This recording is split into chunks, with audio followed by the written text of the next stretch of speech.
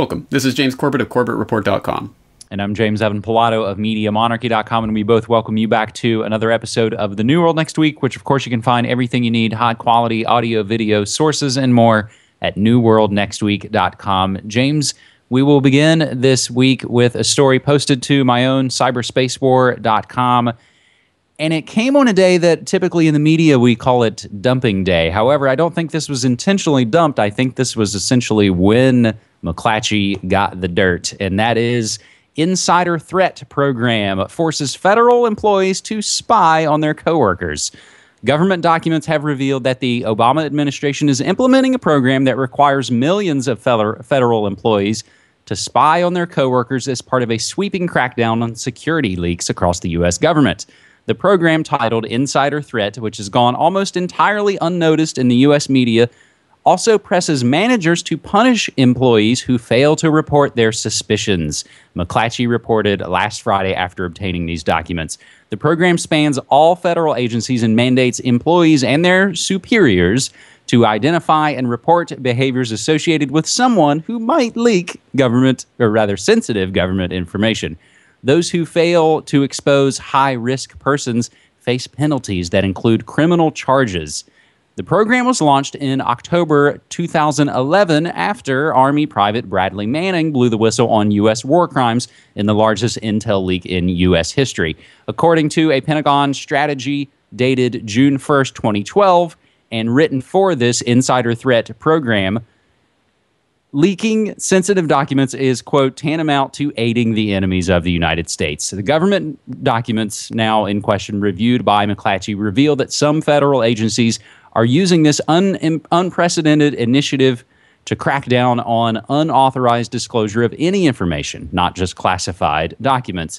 Now, of course, as McClatchy reports, the Obama administration is expected to speed up the implementation of Insider Threat in the wake of the series of recent leaks by former National Security Agency contractor Edward Snowden, who exposed the agency's top-secret surveillance programs. James will also include the link to McClatchydc.com, questions and answers from the government on the Insider Threat Program. And they, of course, include, as we reported on here a few weeks ago, Edward Snowden. But James, there's not anyone else out there leaking information about the surveillance state, or is there? Well, I don't know, maybe Russ Tice, and obviously people who've been following Corbett Report or Boiling Frogs over the past week will know about that story. But here's the ultimate point about this Insider Threat Program. It just goes to show, yet again, that all laws and all policies and all programs are political in nature and selectively enforced. There are still going to be tons of leaks coming out from this administration and every subsequent one when it suits their purposes. Every single time you read an article in the New York Times or the LA Times or the Washington Post that has an anonymous inside source that is speaking on a condition of anonymity, or because they're not cleared to talk about it, that is coming from directly within the administration as well. They leak all the time as ways to get their message out into the press. But now, if there's ever a leak that embarrasses them, then they have this excuse to go after it, and to go after anyone who may have even known about this but didn't blow the whistle on the whistleblowers. It is a ridiculous situation, but what this is really doing is just moving the goalposts further down the field in terms of the collective conversation that's going on right now about the nature of privacy and the nature of government transparency. And this is, I think they've put the ball in play. This is an analogy I made on the Jack Blood show recently. They've put the ball in play, and they're trying to have this conversation about transparency and privacy, and to make anyone who leaks anything that's embarrassing to the government basically tantamount to terrorist, etc. They're trying to put that in motion and see how far down the field they can carry that ball. But whenever they put the ball in motion, there's always the chance for a fumble. There's always a chance for an interception. There's a chance that we can pick up that ball and run the other way down the field. So I hope that people are on top of this and can point out the hypocrisy that's at the base of this, as this administration and every previous one and every subsequent one continues to use leaks when it's convenient for them. And whenever it puts egg on their face, they pretend to get upset about it. But of course, again, as you point out, what we know from the other NSA whistleblower that no one's talking about is that the entire government is blackmailed anyway. From Obama on down, Petraeus and Alito and Colin Powell in the past, and all of the Supreme Court justices and all of the people on the important committees in Congress, the congressional leaders, All of them have been wiretapped, according to Russ Tice, NSA whistleblower, and that information is undoubtedly being used by the national security state as blackmail against the government anyway. So this isn't an Obama policy any more than anything else that happens in the Obama administration is really coming from Barack Obama.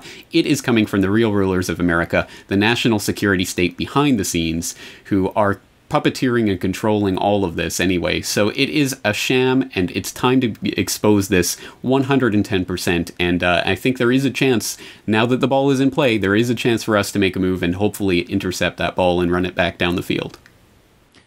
James will also include a couple links also on cyberspacewar.com. NSA takes surveillance fact sheet off their website, and also a couple of posts just about the history of the spying. And you even alluded to, of course, the wiretapping of Obama, of Alito, of all of these guys. And we know that, of course, yeah, they're all corruptible, and they can be bounced at any moment. James, our second story this week will move to myfoodworldorder.com for a frightening story. If you're still crazy enough to buy conventional foods, 80% of prepackaged foods in America are banned in other countries.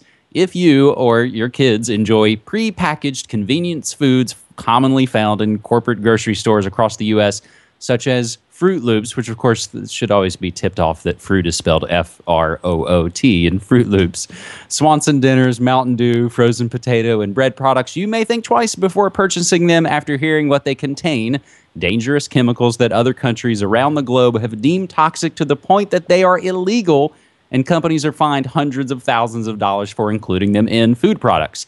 This is all sourcing back to a book called Rich Food, Poor Food. And the authors, Mira and Jason Calton, provide a list of what they termed banned bad boys, ingredients commonly used in up to 80% of all American convenience food that have been banned by other countries, with the information about which countries banned each substance and why. Now, interestingly enough, we had this posted on foodworldorder.com several days ago, and then just in the last day, ABC News has caught up to the story, so we'll include their coverage as well. 11 food ingredients banned outside the U.S. that we eat. So again, as we're talking about these, none of these should really be any surprise to you. Anytime you see numbers in your ingredients list, that should be an immediate red flag for you to put it down. Blue number 1, blue number 2, yellow number 5, red 40. Brominated vegetable oil, potassium bromate, olestra, RBST, all of these things. Again, if you've already started to make the moves to get out of the corporate food pyramid, I think you've probably moved away from a lot of these. But again, so much of this is now kind of hitting the mainstream. And this, James, as you and I have been talking about for the last couple of years as we cover Food World Order kind of stories, that these are one of the main ways that we can actually, kind of take the power back. Some of these stories also, I think, relate to some of the things we'll also include. Counterfeit food, more widespread than suspected. It's kind of an interesting story about vodka with bleach in it. And, of course, even going back to the Horsemeat scandal. So we'll include our flashback link to the New World Next Week coverage of the Horsemeat scandal going all the way back to February 28th. But, James, 80% of prepackaged food. So I'd love to see the comparison between the U.S. and Japan on that. What? Mountain Dew and Fruit Loops are bad for you? Said absolutely no one.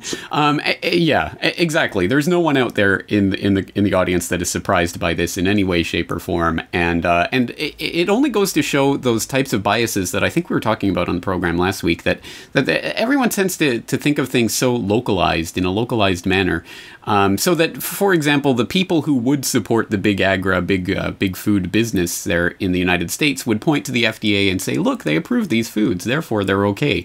Whereas someone in Japan would point to the Japanese equivalent of the FDA and say, well, look, BHA and BHT are not approved for sale here, so those American products are wrong. So everyone can point to their local authorities as if that is the authority, and that's where we're supposed to look for our information, rather than, of course, just looking at just the basic fact that over the past 50 years there has been such a transformation in the way we source our food, the way we prepare our food, the way we eat our food, that obviously this is going to have massive effects on people's health. And I think, unfortunately, we're already seeing that, as just last May, you might recall that the Lancelot Oncology came out with a study predicting that cancer rates are set to jump 75% by 2030. Why is this? Why are cancer rates suddenly exploding across the world? Could it have something to do with the fact that we have completely transformed the way we eat, and now we're eating these products we can't even pronounce the names of the ingredients? They contain all these numbers and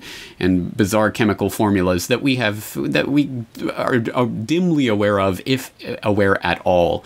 And I think we cannot underestimate just how big a transformation this is. And if you are what you eat, then we are slowly becoming just this concoction of unpronounceable chemicals that have been made in a laboratory somewhere. So I think absolutely this is something that we have the power each and every single day to make the decision whether we're going to put that toxic crap in our bodies, or whether we're going to source natural foods and actually prepare the ingredients ourselves, rather than trust some corporation on the other side of the planet to do it for us. And as you said, that's always I think, folks like Michael Pollan, all the folks have put this out there saying, if you can't pronounce it in the ingredients list, you probably shouldn't buy it. I skipped reading a lot of the names because I wouldn't be able to pronounce them. So just, James, as you were saying, you are what you eat. So would you rather be an apple, or would you rather be azodicarbonamide, which is some bleached flour? James, our third and final story actually stays on foodworldorder.com with a little bit of good news. Now, we are digging back. I believe it's just about 2 weeks for this story. However, in light of today's massive news about the Supreme Court and the Defense of Marriage Act, I think we should also look at some of the other recent decisions, as there have been a flurry from the U.S. Supreme Court. They ruled human genes are not eligible for patent protection, and you did not see that blasted all over the news nonstop when the decision was made. We'll take this brief text from naturalnews.com. In a unanimous ruling, the United States Supreme Court ruled that human genes cannot be patented. The ruling invalidates the thousands of patents that have already been granted on human genes, including the patent by Myriad Genetics on the BRCA breast cancer genes, which the company says no one else can research or even detect without paying it a royalty. Myriad did not create anything, said Justice Clarence Thomas. To be sure, it found an important and useful gene, but separating that gene from its surrounding genetic material is not an act of invention. Well, exactly. This point should have been obvious to the lower courts too, but in today's world of corporate domination over seemingly everything, gene industry lawyers were able to argue that patent protection would somehow inspire innovation and research. Quote, the biotechnology industry had warned that an expansive ruling against Myriad could threaten billions of dollars of investment, end quote, wrote Reuters. So, James, this, again, was posted to foodworldorder.com a few weeks ago, and I don't think anyone really covered this story. Including us. Yeah, it's one of those stories that did kind of slip under the radar, but it is worth talking about because it is an important ruling. And hey, look at that. And completely compromised Supreme Court can get it right once in a while, like a broken clock right twice a day, I suppose. And this is good news, obviously, for the mass of humanity. And it looks like the Angelina Jolie advertising campaign for the BRCA1 and 2 breast cancer gene testing has fallen flat on its face, as the $4,000+ Myriad Genetics test is likely to be replaced by generic knockoffs that are less than $100. So again, this goes to show the absolute just insanity that is at the base of these patent laws that have developed, and anytime the government steps out of that arena is a good thing, and hopefully they would step out of it altogether, but I'm not holding my breath for that. At any rate, they made a good decision this time, and it is interesting how people don't seem to go bananas when this type of decision comes on the radar, but there are certain other political football issues that tend to be dominating the headlines right now. So, James, just in closing, I think we'll mention that, again, actually, I'm kind of proud of this. All of our stories have been posted to my own foodworldorder.com or cyberspacewar.com, with a huge thanks and hat tip to our friend Brock West of apperspective.net. And I'd also like to just throw it out there in closing that for both of those sites, I use their own respective hashtag cyberspacewar or hashtag foodworldorder. I encourage you to take those and start using them and sharing stories that we'll see. And on top of that, also, if you'd like to use hashtag New World Next Week, you can tag myself at Media Monarchy or James at Corby Report on Twitter. And we are always, of course, interested and excited in seeing the other news from all around the world that folks would maybe like to see covered. Exactly right. Let's start using these spying technologies for something productive at any rate. And if you're not signed up for Twitter, please don't. But if you're already on this Orwellian Panopticon Society control grid, well, let's use it to strike back against the system. That's the philosophy of New World Next Week, and that's why I love doing this every week with you here, James. And thank you to all the listeners out there, as always, for tuning in. So until next week, thanks for your time. All right. Thank you. Take care.